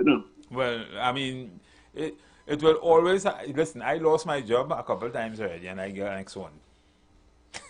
Just saying. It always have situations where you have to make adjustment in life. Right? Well, technology allows for that. This conversation carries me on a particular role. Therefore, if that is the case, my wage bill in the next 2 years, if I build the cat and I do all the way tell me do, could be reduced.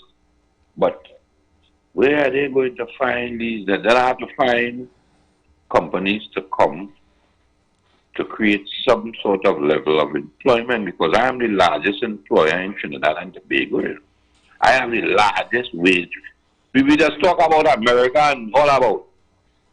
The American government does not have a wage bill as governments or small as this government.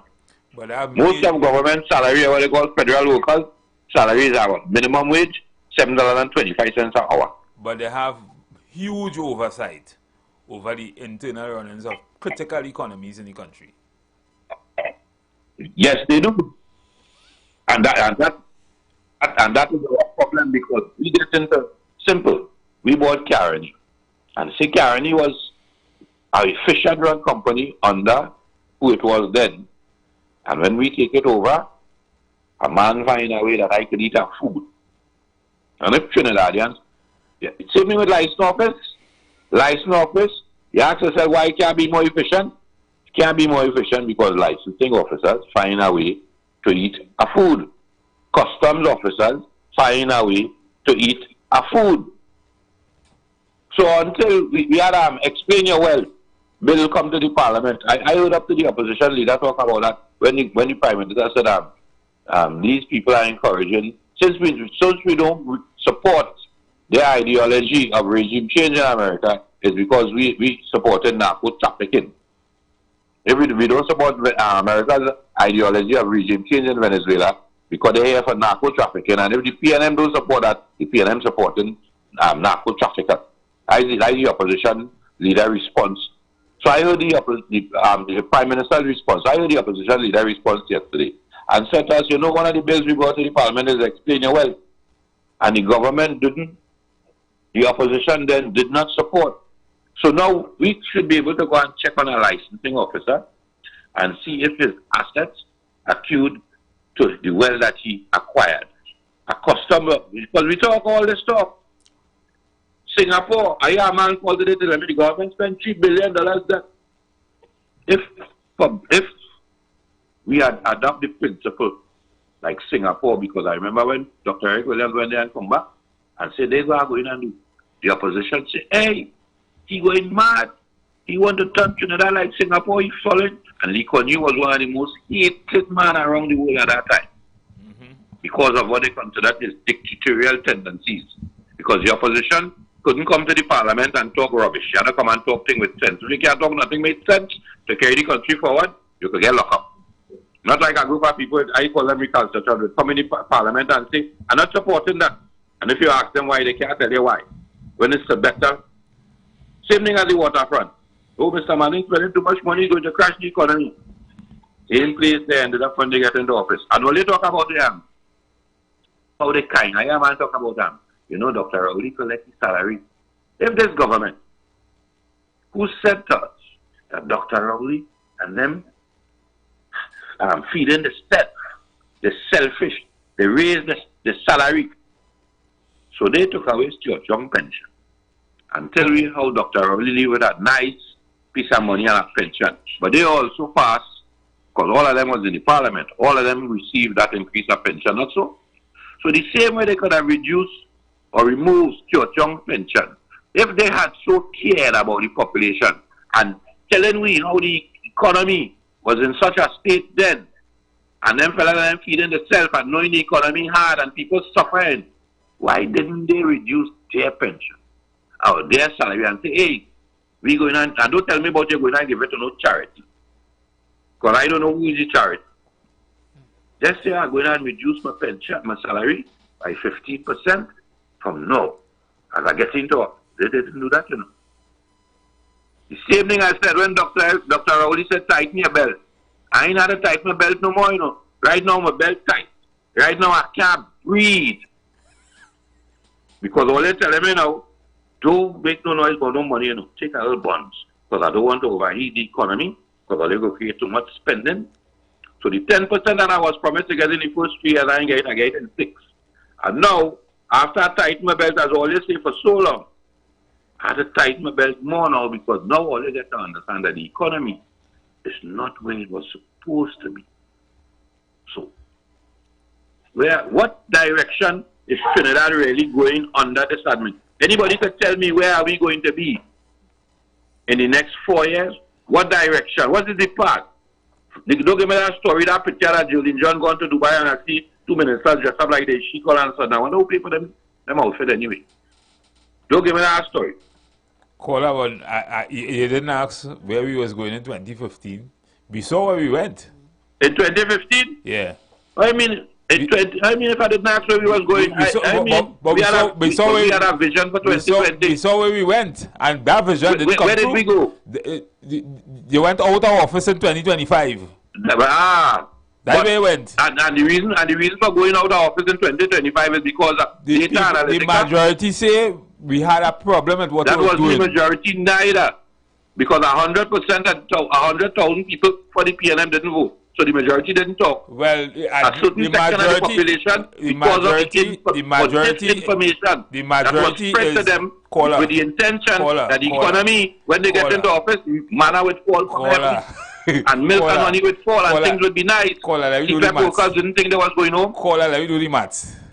Whether who stay home, we don't know if they're going to vote for the PNM or not. Doesn't matter. The point is, the majority of the population. You all promised me that when Ole get into office, don't worry, we will find the money. Ole didn't tell public servants that, yeah, we're going on. Ole had to wait back. Ole didn't tell CPEP workers that they would have gone home.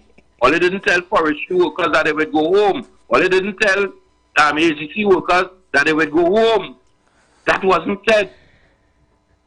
What was said is that when UNC wins, everybody wins. Everybody winning so far, you know. Which part? Yeah. How? Yes, the public you just talking about we're going on because the same people said ourselves, hey, you know the government using the police to generate revenue. That was the argument a few months ago.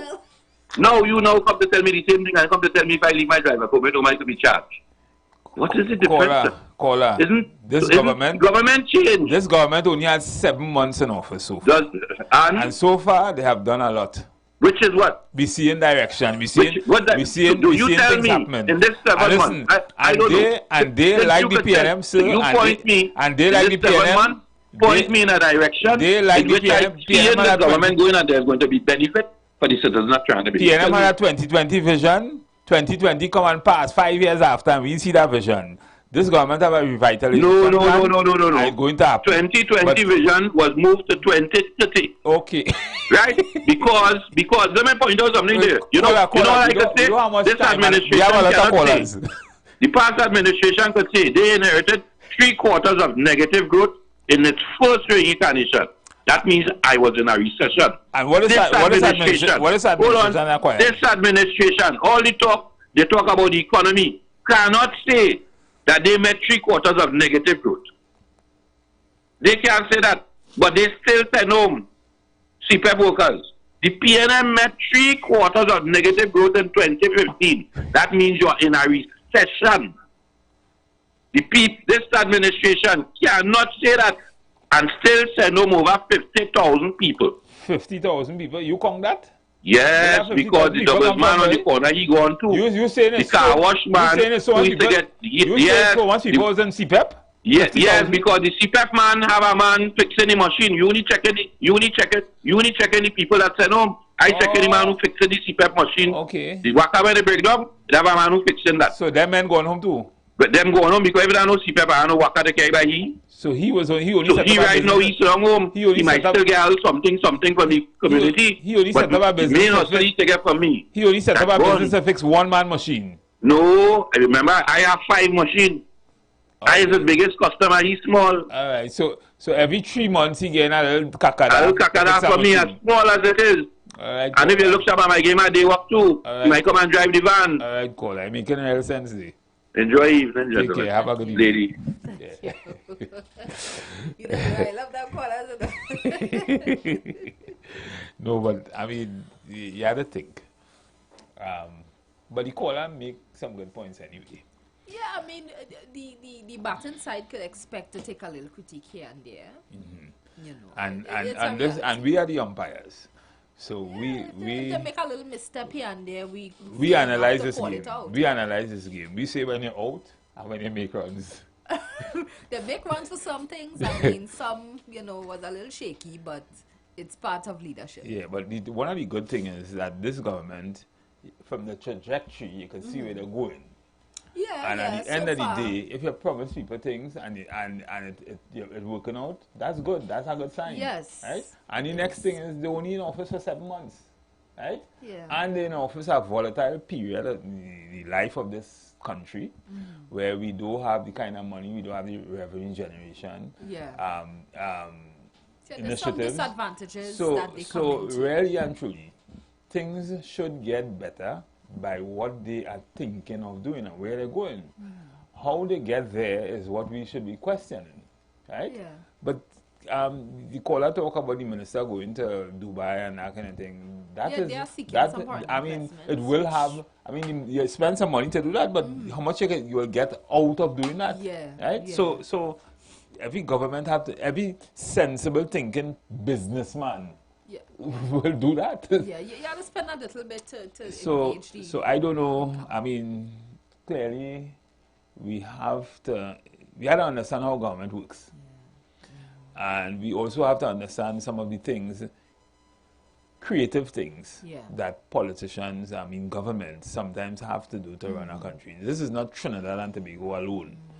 The U.S. does the same thing from time to time, and the caller before made a very critical point that the U.S. do own public service in the way we think, the federal government. So the thing is, but they have huge oversight over those things. I mean, huge accountability. Even your company, you operate in a company in the U.S., you have to answer to the government. That's correct.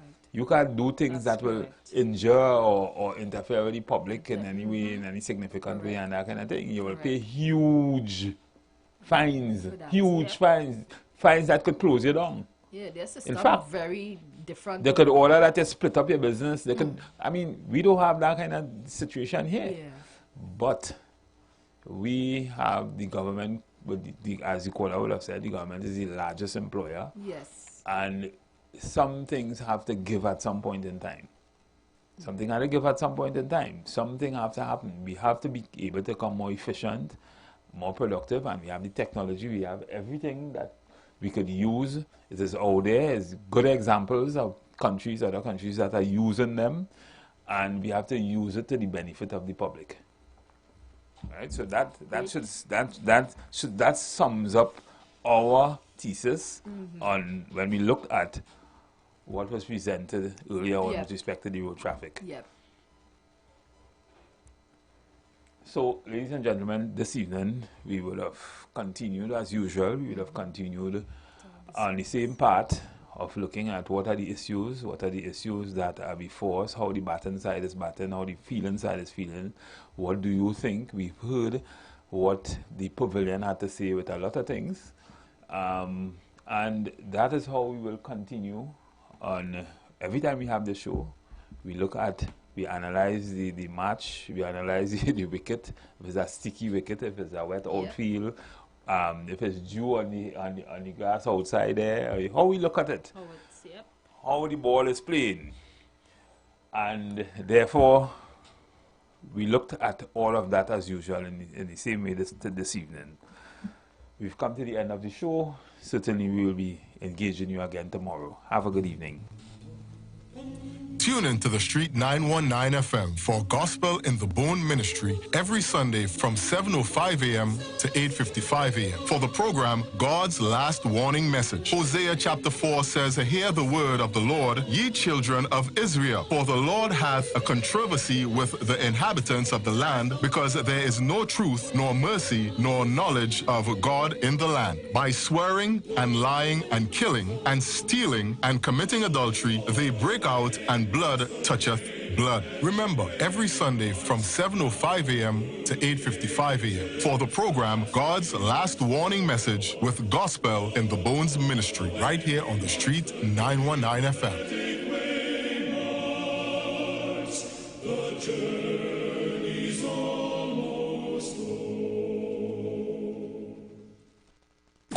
You've got bills to pay, and so do we. Let's go pay some bills on the Street 919 FM.